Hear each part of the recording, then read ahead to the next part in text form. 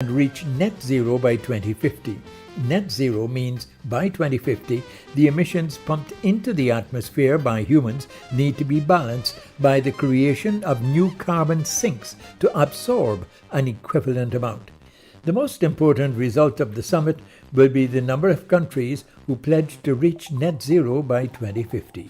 See you next time on Bet You Didn't Know, compliments of Sigismund Consultants, Inc.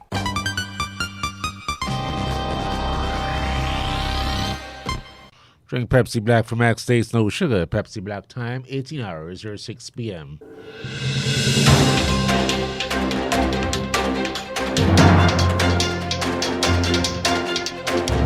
The news from Guyana, the region and the world.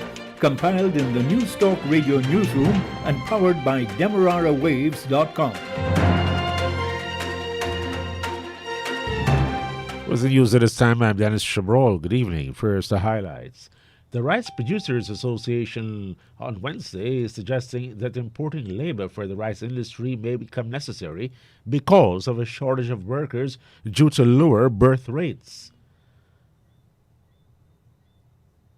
Attorney General Anand Nandalal has sought to justify the proposed split of Region 4 into 4 electoral sub-districts under consideration in the draft electoral reform.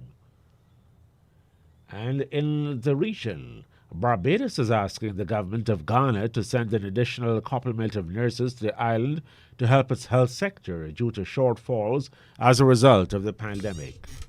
The Pan American Health Organization, PAHO, has expressed concern over the recent increase in COVID-19 cases in several countries in the Americas, including the Caribbean. Internationally, China and the United States have agreed to boost climate cooperation over the next decade in a surprise announcement at the COP26 Climate Summit in Glasgow. The details of these and all those stories in a moment. Is it a special occasion? Are you on a budget but still want a filling and also mouth-watering meal?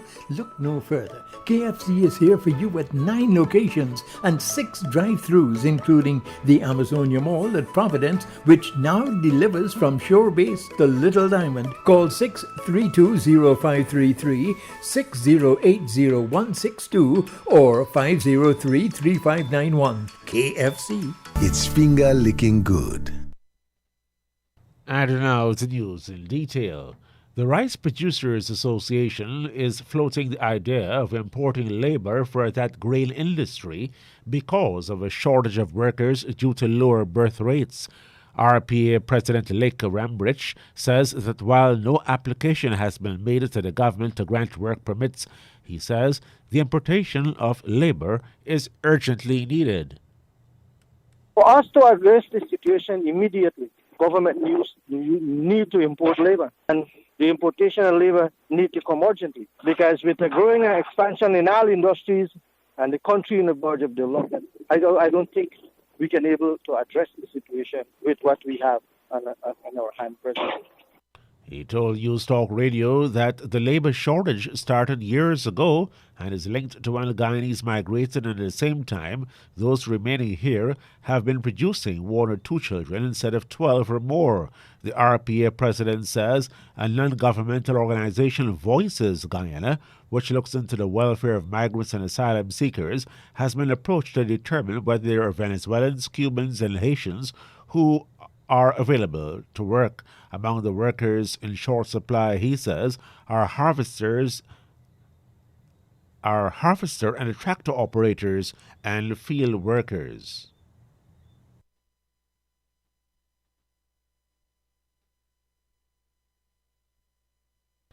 The Attorney General is asking the court to dismiss the Police Service Commission case, saying that the life of the commission expired even as he admits to the court he has no authority to support his arguments. The Attorney General, Anand Nandalal, argues that a basic and elementary nature shows that there was never a precedent, since it is acceptable that when the life of a commission expires, cases are withdrawn.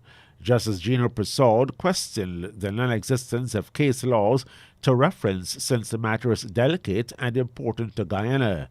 Mr. Prasad also questioned what happens to cases filed by commissions whose lives are always time-bound. The Attorney General submits that a ruling on the issue will bring finality and set a precedent or guide on how the Commission should conduct themselves. Attorney for the Police Service Commission Dexter Smart, in his submissions, told the court that firstly, the Public Service Commission the Police Service Commission matter was filed in July, but the Commission's life ended on August 8. Attorney Smart also says the court is bound to answer the question of the authority of the President regarding the suspension of commissions and that the matters filed are of public interest. Justice Prasad indicates that he is likely to hand down his decision in January of 2022, when he will notify of a date and ask the authorities to submit references if they come up with any in further research. A leader of the Alliance for Change, Comrade Ramchitan, an attorney at law by practice, says the Irfan Ali-led PPP administration attempts at changing electoral laws and the Representation of the People Act is difficult to have consensus without a constituted law reform commission. The AFC leader, who was answering questions in the Ring social media show, says the commission was lawfully established by the previous PPP administration prior to 2015 and is now excluded from efforts to change the laws. The Attorney General and the government of Guyana, they formed what is called a Law Reform Commission.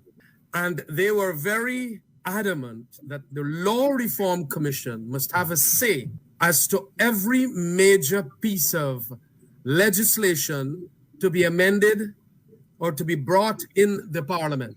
Now, it is a very useful piece of scrutiny coming from that kind of commission, because they are going to ensure that they know the purpose of the existing law, the weaknesses and defects of it, and what can be the best proposals for strengthening it or to cover the lacuna in the law.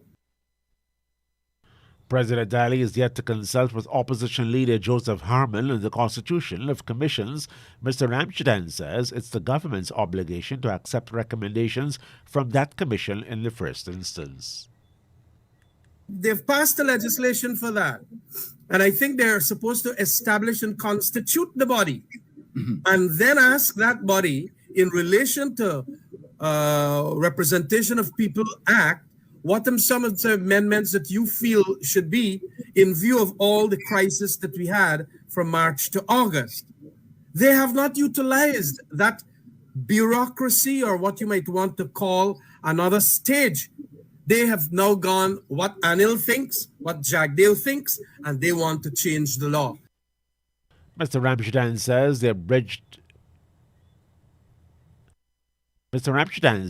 the institution of penalties is again not the responsibility of the government, but of the Law Reform Commission. Now, this is an especially sensitive piece of legislation because it does not only include subdividing Region 4, which is the largest region that comprises of about 70% of the voters in the country, but they have also, I think, expanded or increased, the imprisonment for a number of offenses.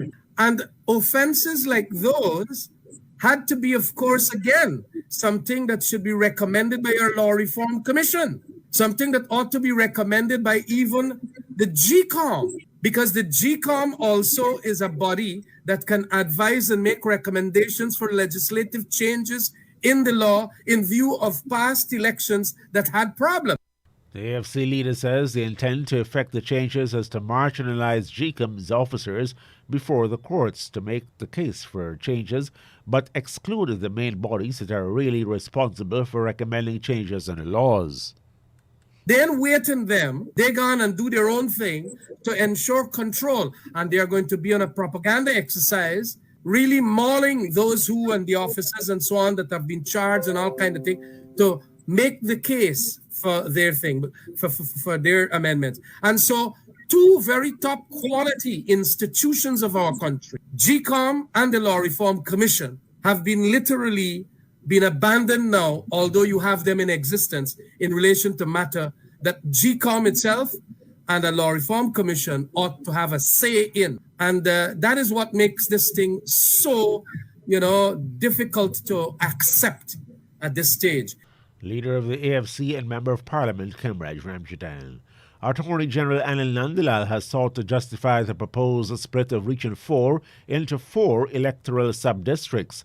The proposal is contained in a draft amended Representation of the People Act. Speaking on the state-owned National Communications Network, he said the intended change is due to the history of problems in Region 4, Damarara Mahaika. District number 4 is a special district in the electoral equation of our country. It is the most populated district. It always has the greatest number of controversy.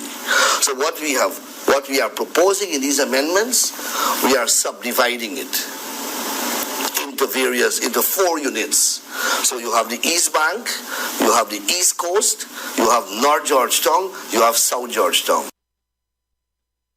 The Attorney General also says that the supernumerary returning officers for each sub-district will issue a declaration and forward and deliver the sub-district's tabulation form to the returning officer. Like for all other regions, returning officers will have to dispatch their declarations to the Chief Elections Officer.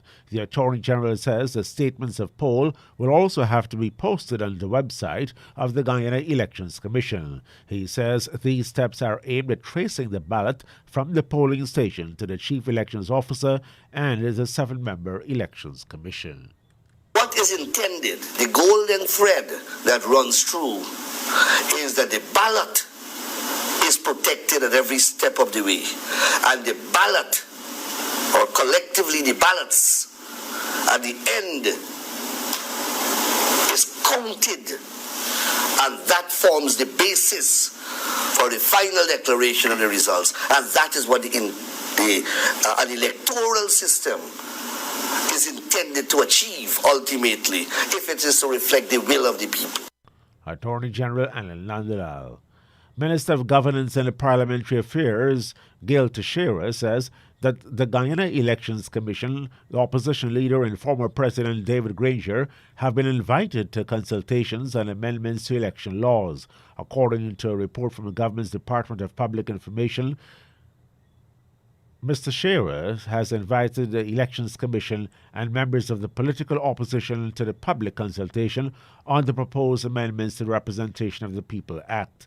Minister of Parliamentary Affairs and Governance, Mr. Shearer, was quoted as saying today that GCOM itself has the opportunity to submit its recommendations as a body or through individuals from the Commission.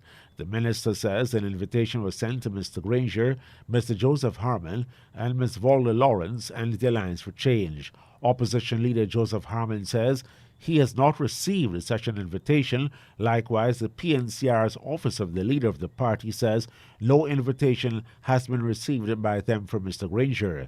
AFC leader Kemrat Ramchadan publicly declared last evening that he is not in receipt of an invitation or the hard copy of the draft proposed changes. Mr. Shearer says the consultation will stretch over a 6-week period where stakeholders and the public will be able to make comments and give suggestions via email or posting on the ministry's social media page. The Health Ministry says the younger group are showing lower rates of vaccination, especially out-of-school youths. The Health Minister, Dr. Frank Anthony, during his Wednesday COVID update, says his ministry has work still to do in the 2 age categories. The group that we are worried about, where we've seen relatively low uptake, would be the 18 to 40 age group. That's something because the numbers are relatively low in that age group. And also, while we have made the vaccines available for 12 to 17, that age group, we have opened up to this age group giving the Pfizer vaccine. The uptake there has been relatively slow. Health Minister Dr. Frank Anthony. The latest data from the Health Ministry shows 134 new COVID infections have been recorded in the last 24 hours. One unvaccinated person died of COVID today, taking the death toll to 952. The data shows that there are 16 persons in the COVID ICU receiving care, while another 55 persons are hospitalized. The ministry says 2,317 persons who tested positive for COVID have been instructed to isolate themselves at home. On the vaccination side, the data shows 388,444 adults are partially vaccinated against COVID, and 255,650 are fully vaccinated. There are 28,045 children ages 12 to 17 years old who are partially vaccinated, and 19,138 are fully vaccinated. The ministry says vaccines are available for the public, including the Pfizer jab. There are no first doses of the AstraZeneca vaccine, only second doses for persons yet to return for their second shot. In the Caribbean, at least 50 persons have tested positive for COVID-19 since schools in Trinidad and Tobago reopened for students Forms 4 to Form 6 on October 4. This is according to a report coming out of Loop News, Trinidad, in which statistics reflect confirmed infections up to November 5 and were provided by epidemiologist Dr. Avery Hines at the Ministry of Health's media conference on Wednesday. Dr. Hines disclosed the statistics in relation to their educational districts, where in Port of Spain and environs, 5 cases were confirmed, in St. George East 16 cases, Northeastern 12 confirmed cases, Caroni 3 confirmed, St. Patrick 7 cases, Victoria 5, and the Southeastern 7 confirmed cases. The Ministry of Education has not officially released aggregated data related to coronavirus outbreaks at schools. The Barbados government is in talks with Ghana to provide nurses for the island healthcare sector to fulfill shortfalls due to the COVID pandemic. The Loop News says the government has recognized the human resources challenges in the healthcare system amid the COVID-19 surge and is requesting at least 70 nurses. In July 2020, Ghanaian nurses arrived in Barbados on a 2-year assignment to bolster the local nursing complement. This is a second request by Barbados. The nurses were attached to the Queen Elizabeth Hospital, the Geriatric Hospital, and polyclinics across the island. Barbados' Health Minister Jeffrey Bostic said that he's engaged with the Ghanaian officials following Prime Minister Mia Mottley's talks with President Nana Akufo-Addo. The Health Minister says that non-communicable diseases are a persistent problem, and the government sought to increase the nursing complement to bolster support in clinical services. Bostic explained that the government was reorganizing and restructuring the healthcare system to ensure quality care to patients. The Pan American Health Organization, PAHO, has expressed concern over the recent increase in COVID-19 cases in several countries in the Americas, including the Caribbean. PAHO Director Dr. Carissa Etienne says after 2 consecutive months of decline, COVID infections are increasing. She says over the last week, 700,000 new cases and 13,000 COVID-related deaths were reported in the Americas. Dr. Etienne points out that in the Caribbean, while Cuba, Jamaica, and Puerto Rico have reported decreases in new infections, cases are rising in the Dominican Republic, Trinidad and Tobago, and Barbados. She says the Cayman Islands and Dominica are also experiencing a high number of cases.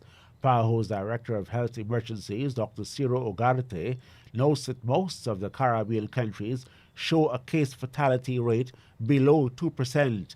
Antigua and Barbuda, the Bahamas, Grenada, and Trinidad and Tobago have a case fatality rate above 2%, but below 3%. The World Bank, in a new report, says that if countries in the Caribbean are to improve their resilience against shocks from severe weather to a pandemic, the region's governments have to find a way to strengthen their efficiency.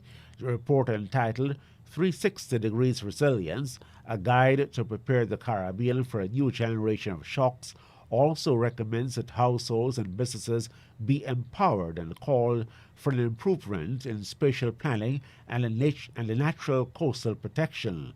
The details of the flagship report were revealed on Tuesday by World Bank senior economist Julie Rosenberg in a webinar. The Barbados Today News says the report, which covers 17 Caribbean countries, argues that a more comprehensive approach to resilience can help tackle the challenges posed by climate change, new diseases, and a changing socio-economic context. And now we go to the BBC World Service for the latest international news. BBC News with Sue Montgomery. The United States and China have issued a rare joint statement setting out plans to work together to combat global warming. As the UN Climate Summit in Glasgow enters its final days, the world's two biggest emitters of greenhouse gases said they recognise the coming decade would be decisive.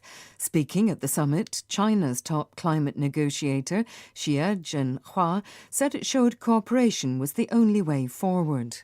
We're willing to continue to work with the United States to strengthen dialogue and cooperation on climate change, following the spirit and instructions of our two presidents.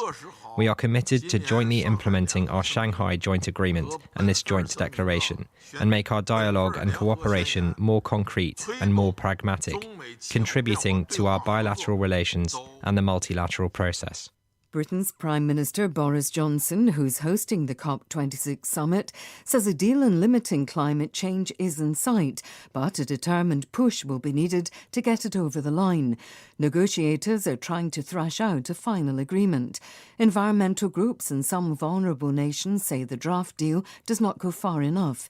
David Shookman is in Glasgow. I think people were hoping at the start of this process that there might be a new sense of momentum, and there certainly has been some energy. We've had like-minded groups of countries coming forward with pledges to do all kinds of things like limit deforestation, cut methane, cut the use of coal, and so forth. But they only go so far. The really heavy lifting requires global agreement with all of the big players, and that's what we haven't seen just yet. There's still the chance of a surprise breakthrough in the next, coming hours? But at the moment, it doesn't look great. The President of the European Commission, Ursula von der Leyen, has accused Belarus of using migrants to destabilise Poland, Latvia and Lithuania. The Belarusian leader, Alexander Lukashenko, denies encouraging thousands of people to force their way into the EU. Nick Beek is at the Belarus border. The European Union said tonight that Belarus's authoritarian President Lukashenko was trying to destabilise his democratic neighbours. Poland's Prime Minister, Mateusz Morawiecki, called it terrorism. Russia has hit back at the accusation it is masterminding the crisis. Moscow claimed the EU was provoking Belarus and then sent 2 Russian bombers to patrol its allies' airspace in a demonstration of solidarity and a show of strength. The electoral authorities in Libya have published the criteria for the presidential poll scheduled for December. Candidates will have to prove they stepped down from their posts 3 months prior to the election. That rule would bar the Prime Minister, Abdulhamid Dbeibah, from standing. BBC News. A tribunal in London investigating the violent suppression of protests in Iran 2 years ago has been hearing from an Iranian local government official who says there was a shoot-to-kill policy. Campaigners believe thousands of people died in the nationwide demonstrations sparked by a steep rise in fuel prices. The man, known only as Witness 185, said Tehran ordered authorities around the country to stop the protests by any means. The US plane maker Boeing has admitted liability for the deadly crash 2 years ago in Ethiopia of one of its 737 MAX aircraft. All 157 people on board were killed. In a submission to a court in Chicago, Boeing acknowledged that the plane was unsafe. A Serbian opposition politician has thrown white paint over a mural of the convicted war criminal Ratko Mladic in Belgrade. Giorgio Jojovic said it was his duty to remove a stain on the face of every citizen of Serbia. On Tuesday, police prevented human rights activists from erasing the painting. A ceremony has taken place in Benin to mark the return from France of 26 royal treasures looted by colonial troops in the 19th century. An agreement was finalised on Tuesday in Paris. Here's our Africa editor, Will Ross. These treasures that had been in France for around 130 years include statues from the ancient kingdom of Abomey, as well as a king's throne, which was looted in 1892 when French soldiers ransacked a palace.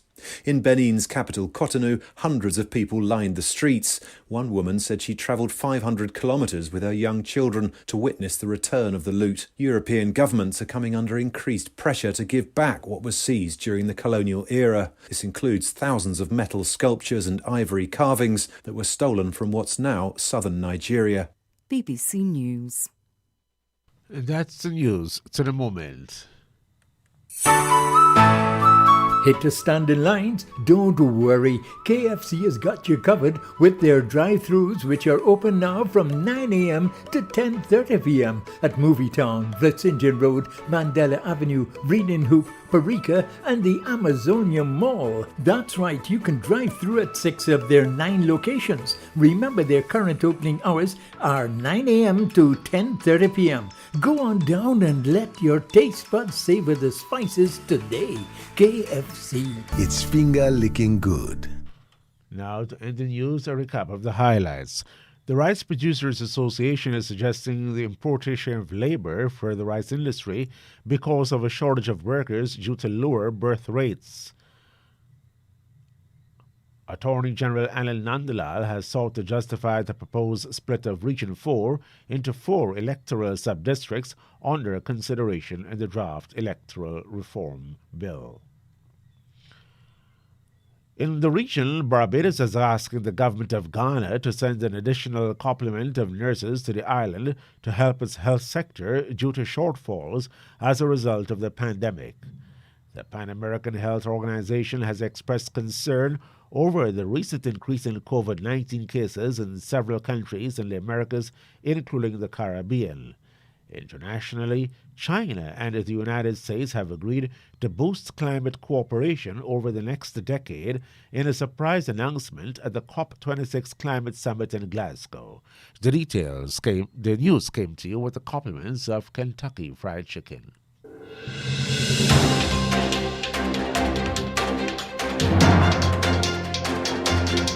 This has been the news, compiled in the News Talk Radio Newsroom. For ongoing updates, visit demerarawaves.com, and you can check facebook.com/demwaves and twitter.com/demwaves.